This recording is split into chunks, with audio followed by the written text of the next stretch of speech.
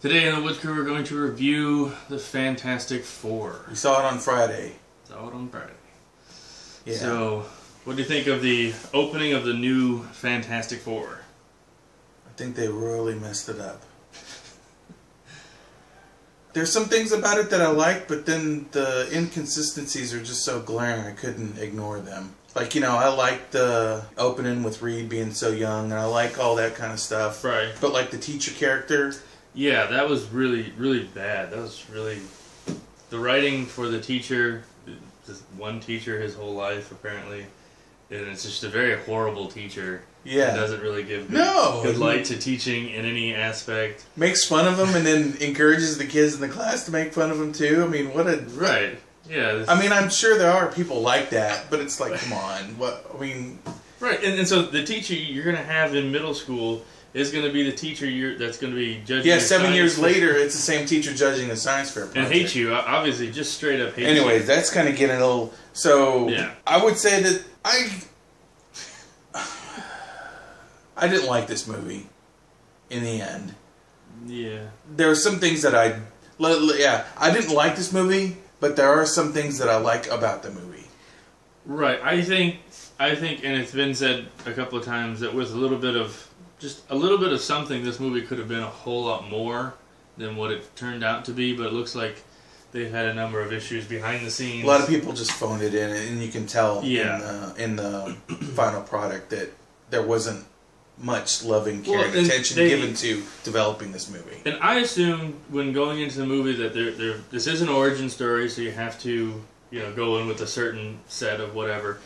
And I assume that they may have had a problem with trying to go from him being so young to where they're going to be. And that really wasn't the issue. Well, there's some major writing, like we were talking about before, there's some major writing breakdowns. Yeah. Like, you have this friendship between Reed Richards and Ben Grimm since they were kids, which is great. Yeah. And it's a good interpersonal relationship. I enjoyed their friendship aspect and all this kind of stuff. Yeah, how that came about, him helping him with his project, that whole thing, I did. Right, but when it comes time to pay off in that and bring Ben on the interdimensional transport, it just doesn't work because Ben hasn't been made much of a scientific or contributing character where he doesn't get to actually help build the project. He's just the buddy on the side. Yeah. And at the last minute, Reed says, "Hey, buddy, I'm going to go on this trip. You want to come in and join me?" He's like, "Sure, I'm just the guy that works in a junkyard, so why not?" And that's it. That's all they gave Ben, is he was a guy who befriended a nerd,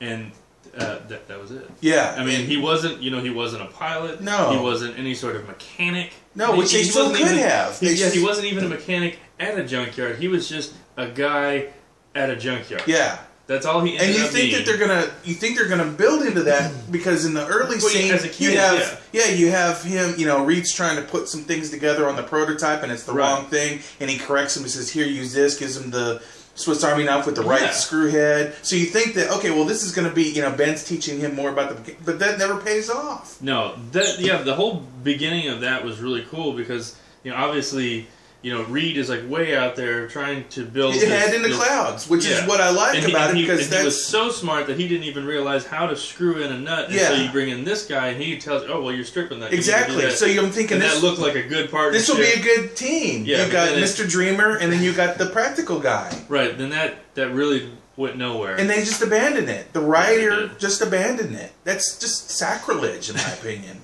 Yeah, it was, but that was pretty bad because it was a really good start for such a story. Yeah. And then a lot of the character interactions kind of fall flat, like the Reed and Sue in the library, and it just seems like she's just full of herself, and he's just giving her puppy dog eyes, and she's just like, whatever, I got you figured out already, and walks away. And I do like that they didn't develop a true love story, and they weren't trying to fight a love story with everything else. Could have planted some seeds there, and instead they just salted the earth. That's like the whole thing was like, "Hey, you like music?" Yeah. And that was it. And then we're done. We're going back to it's terrible stuff. That's the thing. I don't like to I think I've told you this. I like whenever you do movies like this, I like to take them as the movie is. Right. But you can't totally disregard the comic book stuff. Yeah, exactly. And the comic book stuff is the Fantastic Four is fun. They do a lot of times they do silly things, stuff that Reed Richards does gets them in trouble. Right, most of the time that's how it comes out. And it's kind of a silly. There's some silliness involved here, and this is just like, hey, let's do Dark Knight Fantastic Four. Yeah, this would be really good. And it just no. Yeah, they're really serious for points that didn't really need to be serious. Yeah, and there wasn't.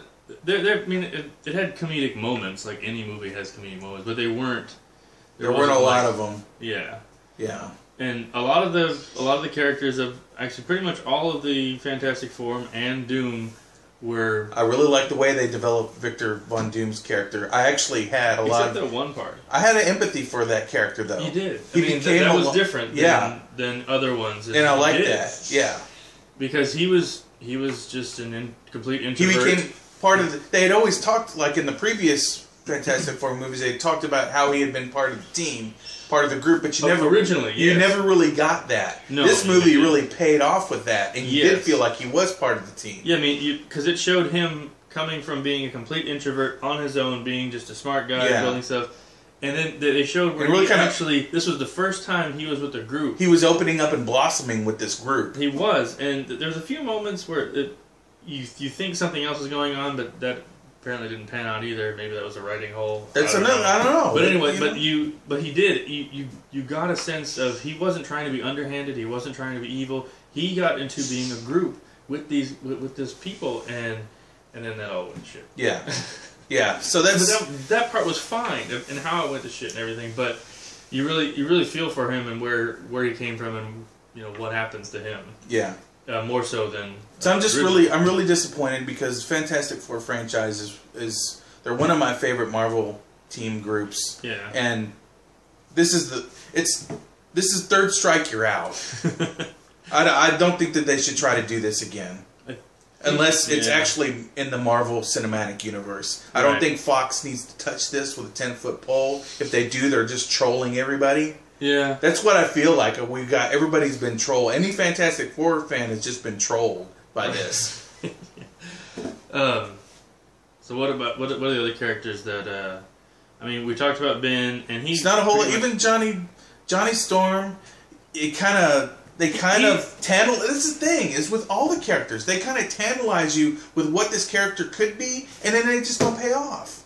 Right. And I said this, he was the one character that is similar to all the other...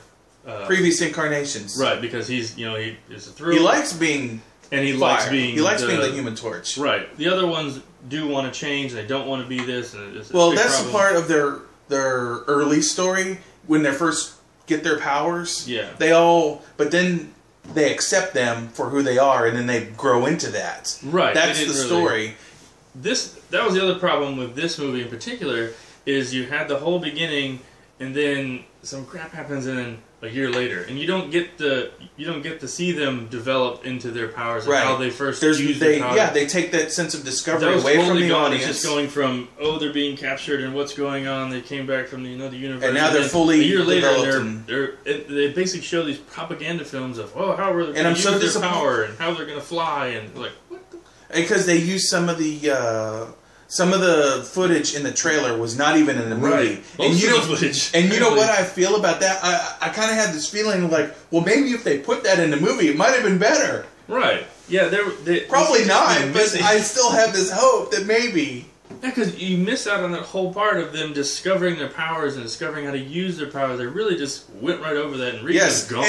And we skip right to the end. So you go from 0 to car crash in 2 seconds. Yeah, because they were developing it slowly. Terrible transition between the second and third act. That was the thing that we were talking about driving up to the movie, is this movie is an hour and 40 minutes long. It's shorter than most other movies, and it's an origin story, so generally they want to be longer because they have a ton of stuff to tell you. Yeah. So what's going to happen? Well, what they did is they just removed a bunch of crap, threw it out, and they're like, well, you don't want that anymore. Yeah, so here's the big final climactic scene, and there you go, you're done. Yeah, like, oh. And you're like, wow. It's not like the end by itself was bad or shorted. It's just like they missed the whole section. They just, okay, here we go, and go. Yeah. As far as strong points, though, I thought the CGI was good. No, I did like that. I liked a lot of the effects. Other dimension. That whole thing was pretty cool. I liked what they a lot did of that. with Victor Von Doom and his melding. I like that. Some people hated it, but it was like his suit melted to his body. It made sense, I guess. It made sense of something that would happen. Yeah. If you were in another dimension. Right. Got covered with green goo. Yeah. No, I didn't mind that. I didn't mind how he reacted to things. I mean, he was an introvert. This is the first time he's getting in with a group of people, and then he gets left for a year. And he reacts really badly. Yes, I totally understand. He probably would act very badly. Yeah, with this. I really like the Von Doom It's time character. to destroy everybody. Yeah, but it's just how they go from this to this. It's too jarring. Was probably the worst part of the movie. Beyond a lot of the writing holes, beyond some of the other stuff, that was probably the worst thing. Just this big leap over anything else to just, and we're done. Yeah. So, that said, what kind of rating would you give this? See it, stream it, or skip it? Stream it. I've been on the fence between stream it and skip it. I know. And I'm just gonna say skip it. I'm gonna vote skip it because it's not worth your time. Honestly, I don't think. If you're any kind of Fantastic Four fan, you're just gonna be disappointed. I mean, true. I mean that's true. I mean, this has nothing to do with where Fantastic Four originally was. It's nothing to do with any of that other than their names and their powers. It's not the same. The story, maybe if there's a director's cut and they add in things that seem to be missing, I'm not holding much hope for it. It's not it's not as bad as movies like Ben Affleck's Daredevil. Or Elektra. Oh yeah, I forgot about that. Jennifer Gardner Elektra or Ghost Rider. Ghost Rider. It's not as bad as those movies. It's a little bit better than those movies, but still, if your friend is going to rent it for you and you don't have to pay any money for it, I'd watch it. Yeah. But other than if that, you're totally bored and you needed something just to pass the time, pass out to, just stream it. It's a skip it for me. All right. I think you'd live well with skipping this one. Yeah.